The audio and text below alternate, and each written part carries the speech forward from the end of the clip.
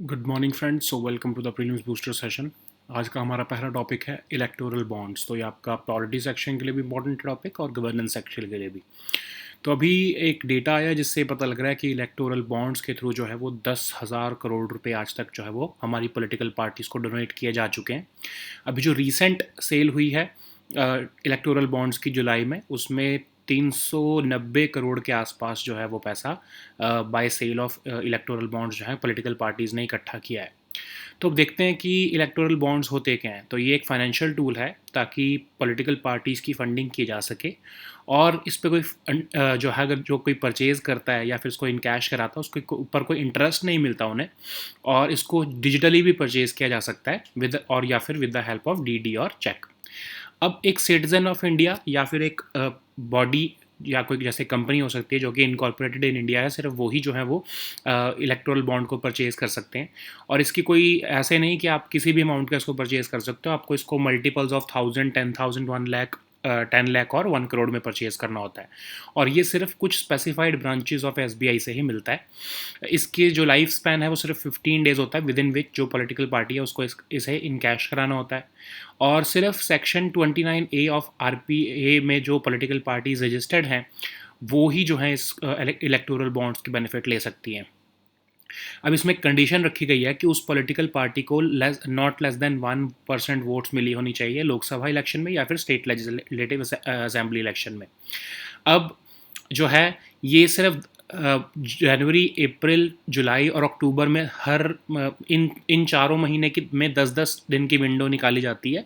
सिर्फ तभी electoral bonds को परचेज़ किया जा सकता है। ऐसा नहीं कि पूरे साल इसको आप कभी भी परचेज़ करके किसी पॉलिटिकल पार्टी को दे सकते हो। और पॉलिटिकल पार्टीज़ को ये अमाउंट जो है वो डिस्क्लोज़ करनी पड़ती है इलेक्शन कमीशन को। अब इसको लाया क्यों गया था?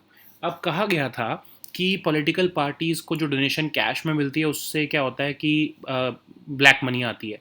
तो अगर आप उनको बैंकिंग सिस्टम के थ्रू दिलवाओगे तो उनको अपने बैलेंस शीट में दिखाना पड़ेगा कि कितनी पॉलिटिकल फंडिंग मिली है, और डोनर का नाम उनको मेंशन करने की ज़रूरत नहीं ताकि एनोनिमिटी बनाई जा सके, और उनको जो है डोनर का जो है नाम छुपाना पड़ता है। अब इसके क्रिटिसिज्म क्या है? अब क्रिटिसिज्म तो ये है कि कहा जा रहा है कि जब आप नाम छुपा रहे हो उस पर्सन का जिसने पॉलिटिकल फंडिंग दी है, तो फिर तो ये इलेक्टोरल बॉन्ड का कोई मतलब ही नहीं रह गया। और इसको गवर्नमेंट ओन्ड एसबीआई से बेचा जा रहा है, तो इसका मतलब क्या हुआ कि गवर्नमेंट नज़र रख सकती है कि कौन से लोग जो हैं वो कौन सी पॉलिटिकल पार्टीज़ को डोनेशन दे रहे हैं। तो इसी वजह से जो है गवर्नमेंट उनसे जो है ब्लैकमेल कर सकती है, एक्सटॉर्शन कर सकती है कि आपने हमारे को फंडिंग क्यों नहीं दी, आपने ऑपोजिशन पार्टी को फंडिंग क्यों दी है। ठीक है। अब इसके अंदर कोई अपर लिमिट नहीं है। अपर लिमिट कैसे नहीं है? मतलब अगर कोई कंपनी, पहले क्या रूल था कि कोई कंपनी अगर पॉलिटिकल पार्टी को फंडिंग देना चाहती है तो वो 7.5% जो उनका एवरेज नेट प्रॉफिट्स है पिछले 3 साल का, उससे ज़्यादा फंडिंग नहीं दे सकती। लेकिन गवर्नमेंट ने जो है इस लिमिट को रिमूव कर दिया, तो अब मतलब अनलिमिटेड फंडिंग जो है कॉरपोरेट कंपनीज जो हैं वो इंडिया के कॉरपोरेट जो है वो दे सकती है हमारी पॉलिटिकल पार्टीज़ को। ठीक है। सो नेक्स्ट हमारा टॉपिक है फोटोज़ ऑन गवर्नमेंट एडवर्टीजमेंट। तो अभी ये टॉपिक भी आपका गवर्नेंस से रिलेटेड है। तो मद्रास हाई कोर्ट ने तमिलनाडु गवर्नमेंट को कहा है कि जो चेस ओलंपियाड चल रहा है उसमें आपको प्रेसिडेंट और पीएम की फ़ोटोज़ लगानी ज़रूरी हैं, क्योंकि ये सुप्रीम कोर्ट की रूलिंग की है, जो कि गाइडलाइंस इशू की थी सुप्रीम कोर्ट ने 2015 में। तो अब इसका बैकग्राउंड देखते हैं इस गवर्नमेंट एडवर्टीजमेंट के टॉपिक का। तो एक्चुअली क्या हुआ कि common cause versus union of India का एक केस था जिसमें पटिशनर्स ने बोला कि गवर्नमेंट्स जो है वो आर्बिट्ररी स्पेंडिंग करती हैं, वेस्टेज ऑफ पब्लिक मनी करती हैं अपनी पॉलिटिकल पार्टीज़ या अपने जो है पॉलिटिकल माइलेज लेने के लिए। तो इसी को ही डील करते हुए सुप्रीम कोर्ट ने एक कमेटी बनाई और कहा कि आप सजेशन दो कि कैसे हम इसको जो है रेगुलेट कर सकते हैं, जो आपके गवर्नमेंट फंडेड एडवर्टीजमेंट्स को। तो कमेटी जो है एन माधव मेनन जी के जो है अध्यक्षता में बनाई थी। इस कमेटी ने बोला कि एडवर्टाइजिंग कैंपेन जो है वो गवर्नमेंट रिस्पॉन्सिबिलिटी से रिलेटेड ही होने चाहिए। ये नहीं कि आप पॉलिटिकल पार्टीज़ जो हैं वो जो रूलिंग पॉलिटिकल पार्टीज़ हैं वो किसी और ऐसी एडवर्टीजमेंट्स गवर्नमेंट के पैसे पर दे रही हैं जिससे कि उनको किसी तरह से प्रमोशन मिल रहा है। और जो मटेरियल है वो बिल्कुल ऑब्जेक्टिव और फेयर मैनर में डिज़ाइन होना चाहिए। किसी पॉलिटिकल पार्टी के इंटरेस्ट को प्रमोट करने वाली एडवर्टीजमेंट नहीं हो सकती जो गवर्नमेंट के पैसे से की जा रही हो।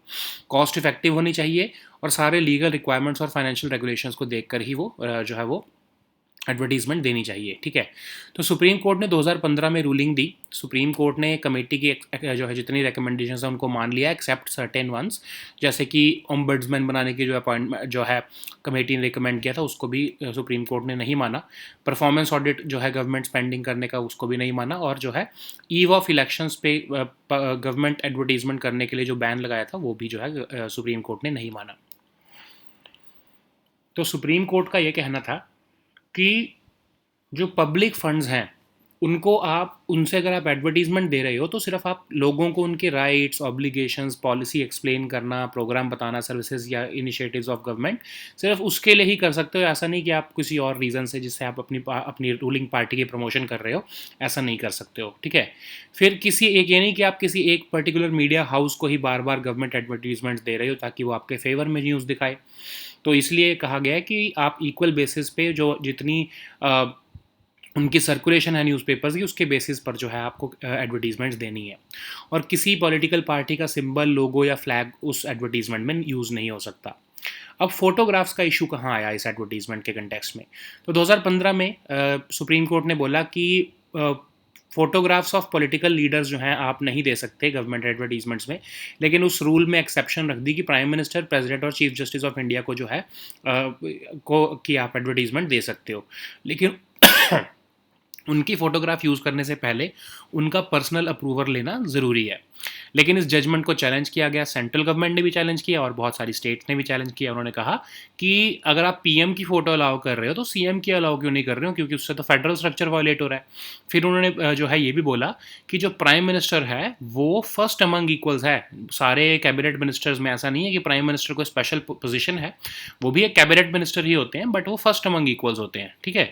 तो आप ऐसा नहीं कि आप उससे जो है बाकी के कैबिनेट कलीग्स से उनको अलग नहीं मान सकते। फिर बाद में सुप्रीम कोर्ट ने इस जो है कंडीशन को, जो पिक्चर्स की कंडीशन को जो है रिलैक्स कर दिया। अब union ministers, chief ministers, governor, state ministers जो हैं वो गवर्नमेंट एडवर्टीजमेंट्स में आ सकते हैं। लेकिन अब इस रूलिंग की क्रिटिसिज्म क्या है? सुप्रीम कोर्ट को ने जब ये रूलिंग दी तो लोगों ने क्रिटिसाइज़ किया कि सुप्रीम कोर्ट जो है वो कंटेंट रेगुलेशन में क्यों आ रहा है, सुप्रीम कोर्ट एग्जीक्यूटिव के डोमेन में क्यों आ रहा है। क्योंकि जब एग्जीक्यूटिव ने एक एक पैसा जो बजट से जो है निकाला है, तो बजट से जो है बिना पार्लियामेंट के अप्रूवल के नहीं निकाला है, तो कोर्ट का इसमें जुरिस्डिक्शन बनता ही नहीं कि वो गवर्नमेंट को एडवाइस करे कि कैसे उस पैसे को खर्च किया जाए, ठीक है। सो ये कुछ क्रिटिसिज्म था जो क्रिटिक्स ने सुप्रीम कोर्ट की रूलिंग के खिलाफ दिया। नेक्स्ट हमारा टॉपिक है कोविन। तो ये आपका गवर्नेंस टॉपिक, जो आपका हेल्थ के टॉपिक्स आते हैं, सब टॉपिक्स आते हैं उसमें, उसके लिए इंपॉर्टेंट है। तो अभी आपने देखा ना कि कोविड की वैक्सीनेशन में कोविन ने बहुत हेल्प किया है। तो गवर्नमेंट अब प्लान कर रही है कि इसको बाकी हेल्थ केयर रिक्वायरमेंट्स के लिए भी यूज़ किया जाए आगे, ठीक है। जैसे आपका यूनिवर्सल इम्यूनाइजेशन प्रोग्राम है, या फिर जो है आपके जो मदर्स और बेबीज़ जिनको वैक्सीनेशन लगती है, तो उनको वैक्सीनेशन सेंटर ढूंढने में आसानी हो, उनको डिजिटली वेरीफिएबल सर्टिफिकेट्स मिल जाएँ, उसके लिए जो है कोविन को आने वाले टाइम में रिपर्पस कर दिया जाएगा। फिर ब्लड डोनेशन के लिए, ऑर्गन डोनेशन के लिए भी जो है कोविन का ही यूज़ किया जाएगा, ताकि लोग आसानी से ब्लड डोनेशन या फिर ऑर्गन डोनेशन के जो है साइट्स को एक्सेस कर सकें या उनको वहाँ पर जा सकें, ठीक है। तो कोविन है क्या? कोविन एक क्लाउड बेस्ड आईटी सॉल्यूशन है जो कोरोना वायरस की वैक्सीन के लिए मैंडेटरी कर दिया गया था, और पूरे पब्लिक हेल्थ सिस्टम को नेशनल लेवल से लेके वैक्सीनेटर लेवल तक को जो है वो डिजिटाइज करता है ये प्लेटफॉर्म, और एंड टू एंड सोल्यूशन दे रहा है।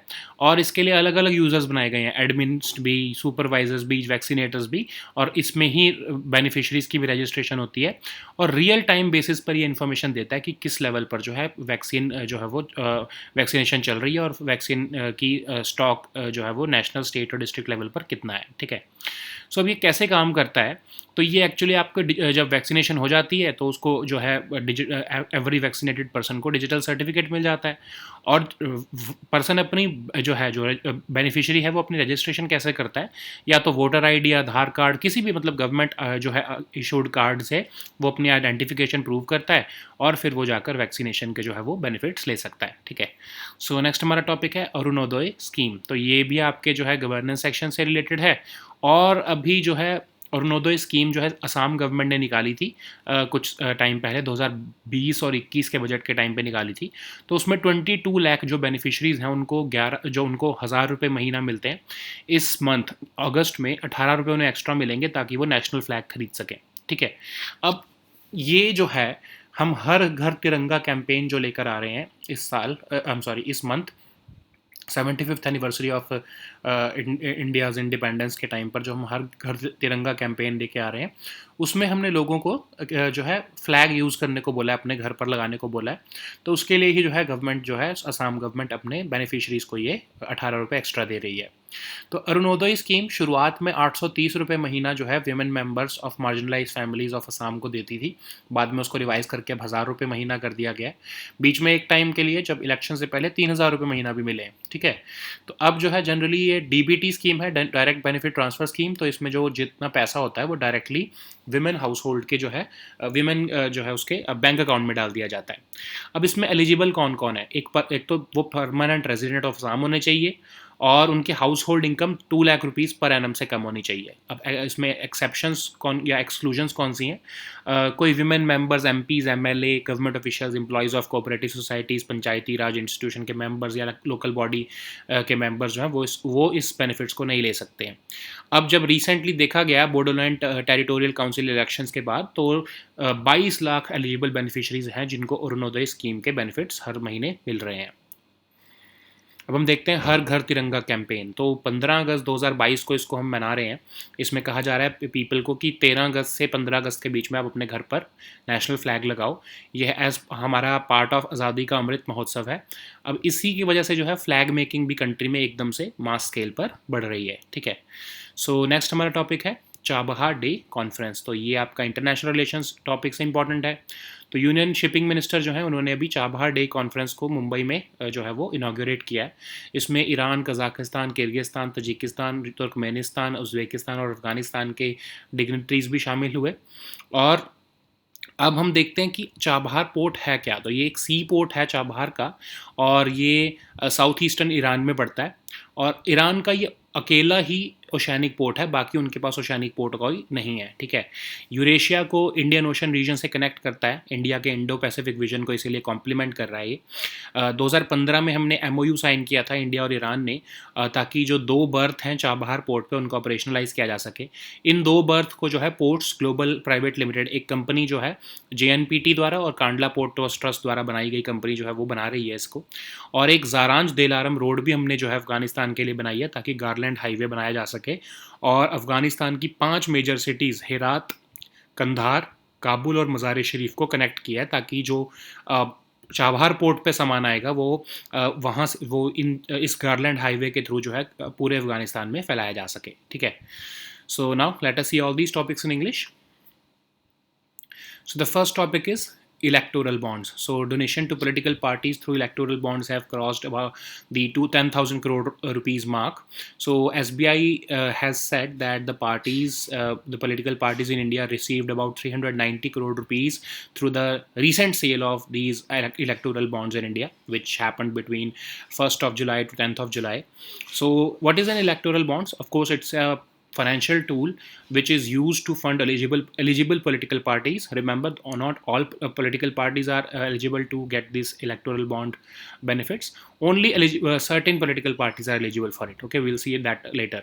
So it is similar to a banknote, which is payable to the bearer, and it does not carry any interest rate, and it can be purchased by an individual digitally also, apart from of course with DD or demand draft or check.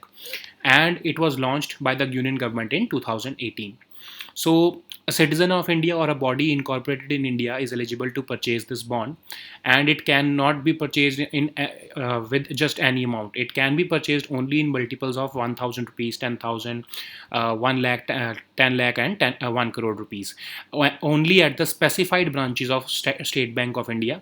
Okay, so it has a life cycle of only 15 days, and it can be only used to donate to the political parties who are registered under the Section 29A of RPA.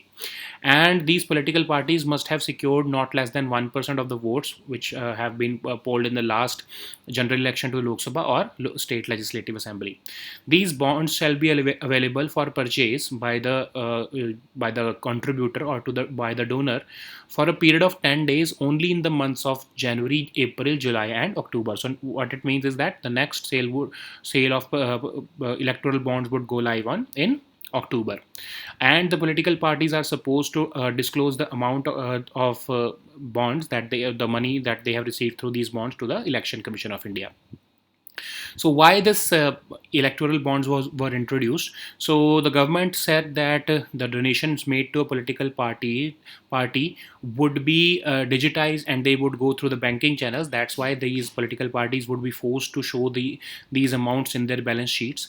Of course, the donor's name is not to be mentioned on the bond because of anonymity. It is important to keep it anonymous for the safety of the donor. And this is the primary criticism. When you keep the electoral bonds donor name anonymous, then it defeats the entire purpose of electoral bonds. And uh, it because it is being sold through SBI, which is a government owned bank, the government would be able to know exactly who is funding its opponents. So there is a possibility that government of the day would try to extort money from that donor, that why did you fund our political opponents, and why did you not fund our ruling political party. Okay, so this is the criticism of electoral bond scheme. And also there is one more criticism. Earlier, only 7.5% of average net profits of a company in the preceding 3 years could be given as donations. This was the maximum limit for a company incorporated in India to give donations to a political party. But after amendment of Companies Act 2013, this limit was removed. Now unlimited funding by corporate India can be given to the political parties.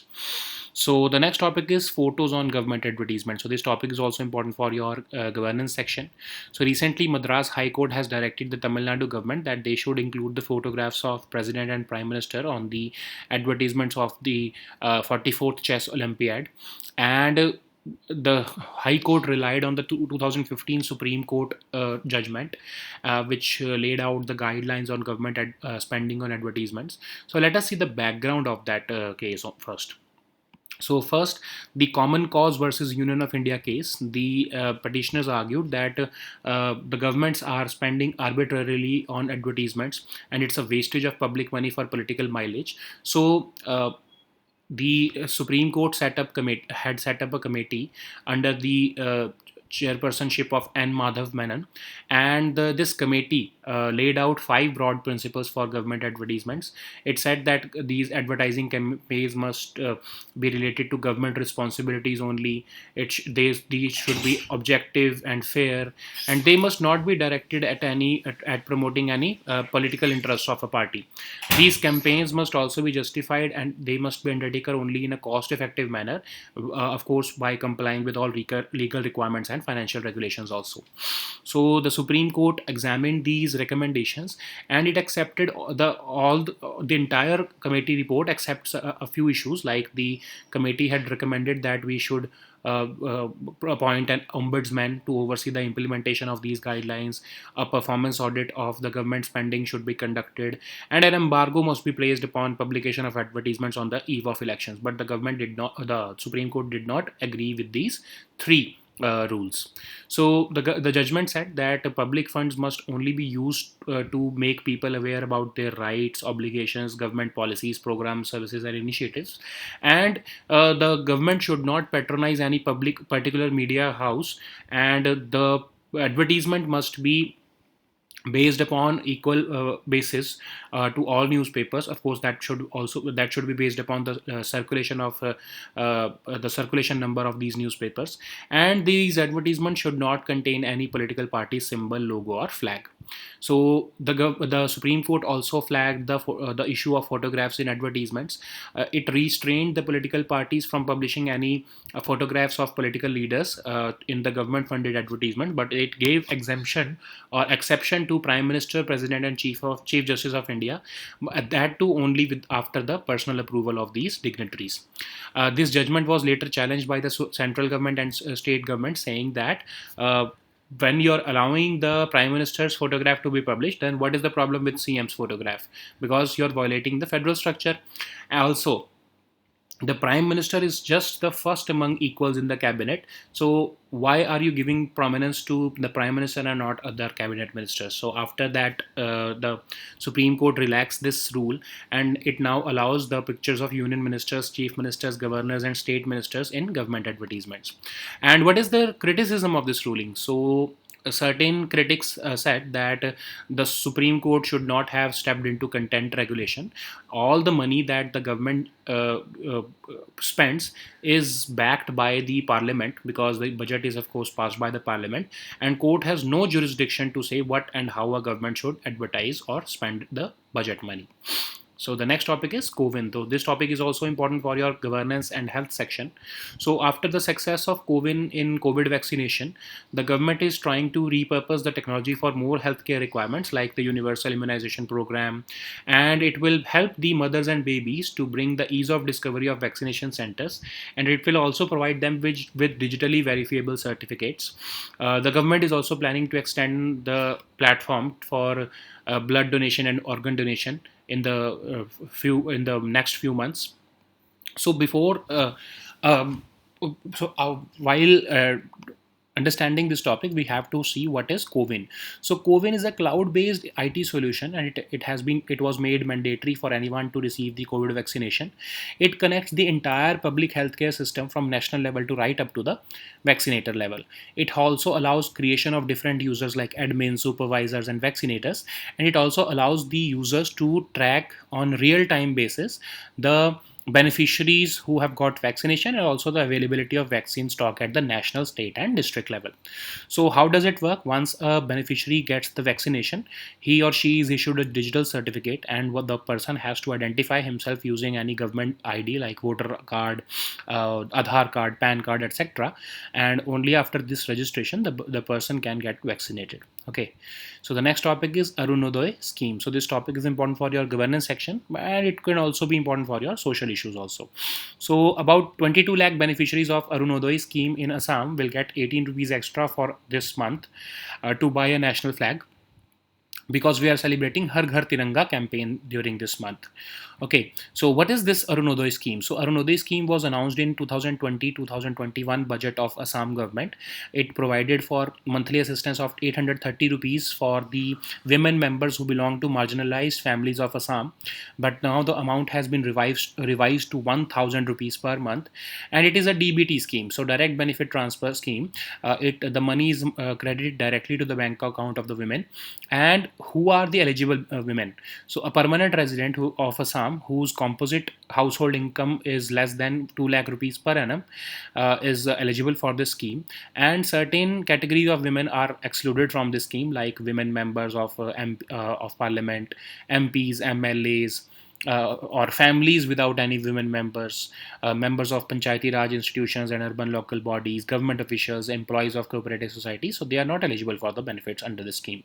So as per the latest revision, about 22 lakh beneficiaries are eligible for this benefits. Okay, so so what is Har Ghar Tiranga campaign? So of course it is scheduled to be launched on 15th of August, and people will be encouraged to hoist the national flag over their houses between 13th of August and 15th of August, and it's a part of the Azadi Ka Amrit Mahotsav. Okay, so flag making is going to get a boost at mass scale because of this Har Ghar Tiranga campaign in India. So the next topic is important for your international relations. So this is Chabhar Day conference. So Union Shipping Minister has inaugurated this conference in Mumbai, and dignitaries from Iran, Kazakhstan, Kyrgyzstan, Tajikistan, Turkmenistan, Uzbekistan, and Afghanistan were present on this occasion. So what is this Chabhar port? So Chabhar port is a seaport in Chabhar that is located in southeastern Iran, and it is the only oceanic port of Iran. So remember this fact, it is important. Okay, so Chabhar port complements India's Indo-Pacific vision because it connects Eurasia with Indian Ocean region. It's also a part of the international north-south transport corridor, which connects India with Eurasia. So an MOU was signed between India and Iran in May 2015, and India was allowed to operate two berths in Chabhar port, and for operating these two berths, India Ports Global Private Limited was formed. It's a company which has been promoted by JNPT and Kandla Port Trust, which are the two major ports working under the Ministry of Shipping of India. And India also constructed this road, Zaranj Delaram Road, in 2009 in Afghanistan, from Iran to Afghanistan, so that access to Garland Highway can be made. So once the goods are transferred to Chabahar port from India, these goods are distributed into Afghanistan using this Garland Highway, which connects major cities of Afghanistan: Herat, Kandahar, Kabul, and Mazar-e Sharif. Okay, so this is the purpose of this Zaranj Del Aram road. So these were our topics for today. We'll meet next time with new topics. Until then, goodbye and take care.